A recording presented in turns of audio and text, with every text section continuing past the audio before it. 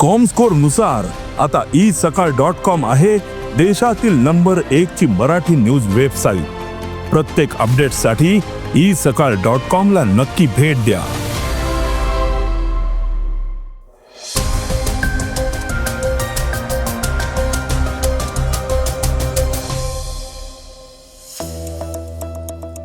Trump यांनी औषध कंपन्यांवर 100% टॅरिफ लावण्याचा निर्णय घेतलाय, तर म्हाडा आता लॉटरीतील घरांचा थकीत मालमत्ता कर भरणार आहे.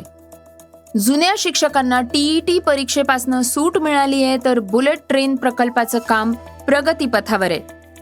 भारताला इंधन पुरवठा करणाऱ्या देशांची संख्या वाढलेली आहे, तर रोहित विराटनं 2027चा वर्ल्ड कप खेळावा का यावर युवराज सिंगचं परखड मत आलेलं आहे. याशिवाय अभिनेते सुनील तावडे यांनी प्रेमाची कबुली दिली आहे. या बातम्या आपण आजच्या पॉडकास्टमध्ये ऐकणार आहोत. नमस्कार, मी गौरी कुबेर. आज 4 एप्रिल वार शनिवार. तुम्ही ऐकत आहात देशातील नंबर 1 मराठी न्यूज वेबसाईट isakal.comचं पॉडकास्ट. पॉडकास्टची पहिली बातमी आहे डोनाल्ड ट्रम्प यांच्या निर्णयासंदर्भातली. इराणसोबत वाढलेल्या तणावाच्या पार्श्वभूमीवर अमेरिकेचे राष्ट्राध्यक्ष डोनाल्ड ट्रम्प यांनी पुन्हा एकदा टॅरिफ अस्त्र बाहेर काढलेलं आहे. परदेशात तयार होणाऱ्या ब्रँडेड औषधांवर आता त्यांनी तब्बल 100% टॅरिफ लावण्याचा मोठा निर्णय घेतलाय. ट्रम्प प्रशासनानं आता असं स्पष्ट केलेलं आहे की फक्त औषधांच्या किमती कमी करणं पुरेसं नाहीये, तर कंपन्यांनी आपलं उत्पादन अमेरिकेत हलवणं बंधनकारक आहे.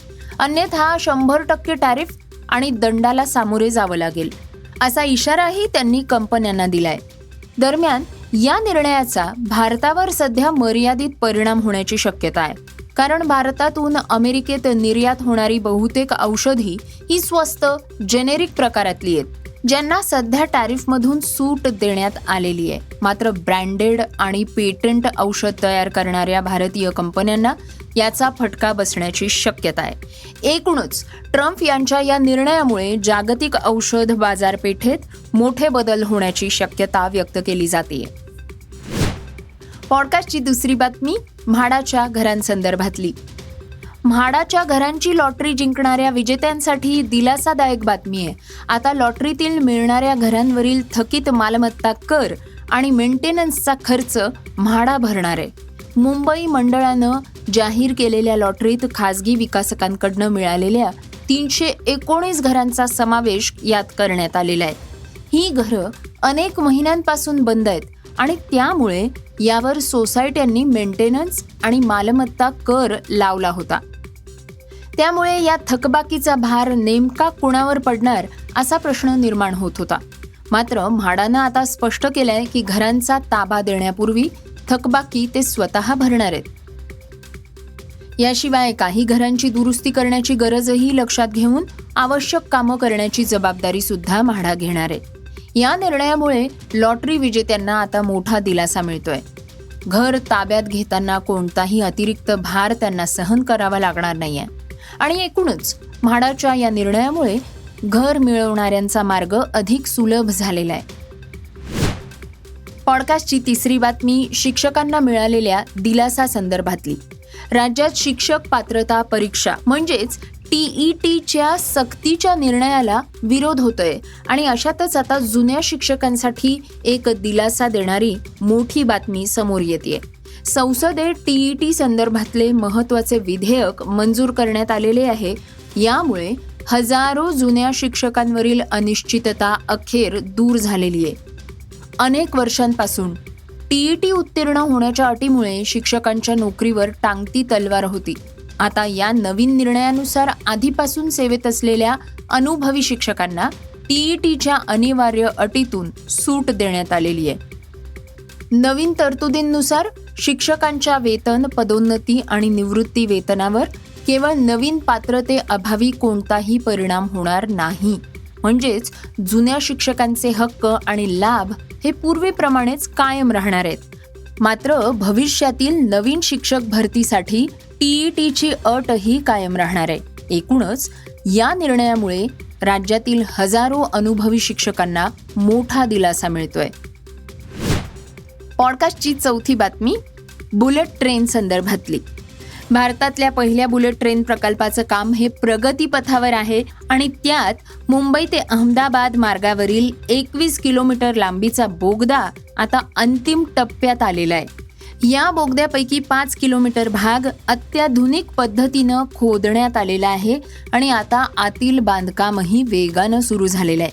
सध्या बोगद्यात ड्रेनेज सिस्टम बसवली जाते. यासोबतच वॉटरप्रूफिंगची व्यवस्था खास करण्यात येणार आहे. तसंच ऑपरेशन आणि देखभालीसाठी आवश्यक असलेल्या उपकरणांसाठी विशेष कक्ष सुद्धा तयार केले जात आहेत. नियोजनबद्ध पद्धतीनं काम सुरू आहे आणि त्यामुळे हा प्रकल्प वेगाने पूर्णत्वाकडे वाटचाल करतोय. मुंबई ते अहमदाबाद बुलेट ट्रेन सेवा 2027च्या अखेरीस सुरू व्हावी असा सरकारचा प्रयत्न आहे. पॉडकास्टची 5वी बातमी भारतातील इंधन पुरवठ्याबाबतची.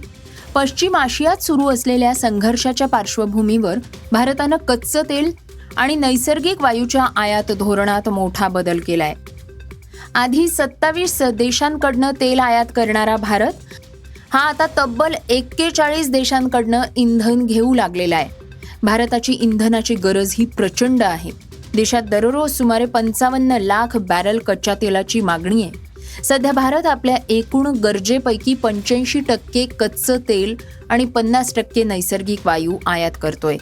पश्चिम आशियातील तणावामुळे पुरवठ्यावर परिणाम झालेला आहे, ज्यामुळे भारतानं पर्यायी मार्ग स्वीकारले आहेत. रशियाकडनं मोठ्या प्रमाणात कच्चं तेल तर लॅटिन अमेरिका आणि आफ्रिकेकडनं नैसर्गिक वायूची आयात वाढवण्यात आलेली आहे. Brazil, Norway, Canada, Malaysia, Indonesia आणि आता अर्जेंटिना सारखे देश सुद्धा या यादीत सामील झाले आहेत. पॉडकास्टची 6वी बातमी क्रीडा विश्वातनं. रोहित शर्मा आणि विराट कोहली यांनी T20 आणि कसोटी क्रिकेटमधून निवृत्ती घेतल्यानंतर ते फक्त वन डे फॉर्मॅटमध्ये भारतासाठी खेळत आहेत. 2027च्या वन डे वर्ल्ड कपकडे दोघांचंही लक्ष आहे आणि त्यासाठी ते कठोर तयारी करताना दिसत आहेत. मात्र त्यांनी खेळावं की नाही याबाबत चर्चा सुरू असतानाच भारताचा माजी अष्टपैलू खेळाडू युवराज सिंगनं यावर स्पष्ट भूमिका मांडलेली आहे की वर्ल्ड कप सारख्या मोठ्या स्पर्धेसाठी फक्त युवा खेळाडूंवर अवलंबून राहता येत नाही. रोहित शर्मा हा व्हाईट बॉल क्रिकेटमधला सर्वोत्तम सलामीवीरांपैकी एक आहे आणि यशस्वी कर्णधारही आहे. तर विराट कोहली हा आपल्या पिढीतला भारतातील महान खेळाडू आहे आणि म्हणूनच 2027च्या वर्ल्ड कपसाठी या दोघांसारख्या अनुभवी खेळाडूंची संघाला नितांत गरज असल्याचं युवराजनी यावेळी ठाम सांगितलंय.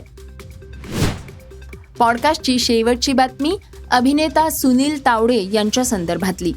मराठी रंगभूमी आणि मालिकांमधील दमदार अभिनेता सुनील तावडे सध्या त्यांच्या वैयक्तिक आयुष्यामुळे चर्चेत आहेत. कोर्टात घटस्फोटाची केस सुरू असताना ते पुन्हा प्रेमात पडल्याची त्यांनी कबुली दिली आहे. एका मुलाखतीत त्यांनी असं सांगितलं की पहिल्या लग्नातून वेगळं होण्याची प्रक्रिया सुरू असतानाच त्यांची ओळख सोनाली यांच्याशी झाली.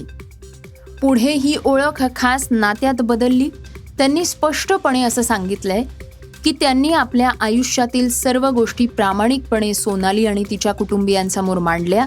सुरुवातीला त्यांना थोडा धक्का बसला असला तरी तिच्या कुटुंबानं त्यांना स्वीकारलं आहे. हे होतं isakal.comचं पॉडकास्ट, अर्थात सकाळचं पॉडकास्ट. हे पॉडकास्ट तुम्हाला कसं वाटलं आम्हाला नक्की कळवा. त्याला रेटिंग द्या आणि इतरांना सुद्धा रेकमेंड करा. तर आपण आता उद्या पुन्हा भेटूयात. धन्यवाद. Script and research Shubham Banu Bakude.